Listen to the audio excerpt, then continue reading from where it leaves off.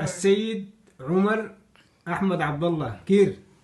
السلام عليكم، كيف الحال؟ طبعا مشرفنا الليلة وما شاء الله يعني الله يكرمكم. والله يا اخي بصراحه لما انا الباشا ده، لما انا السيد خالد سعيد الباشا في السودان باشا وهنا باشا.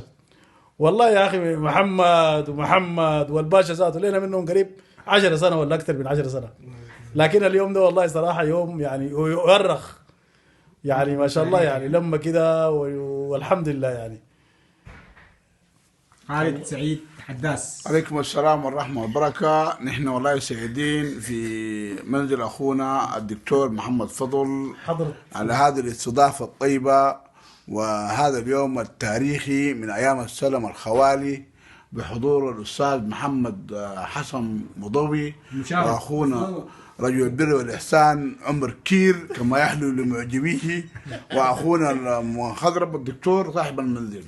نحن والله وأخونا ياسر إن شاء الله في الطريق، وكان مدة نتصل على الأستاذ طفار، ولكن يعني إن شاء الله في اليومين القادمين نعمل اتصال ونواصل المسير. نحن أبناء السلمة في دول المهجر ومنطقة السعودية إن شاء الله حنحاول جمع الشمل ما يمكن في إطار العمل الجماعي المؤسس الذي يخدم أبناء منطقة السلمة. شاكرين لكم. حسن كاكوم اتصلنا عليه وهو من المدينة. آمل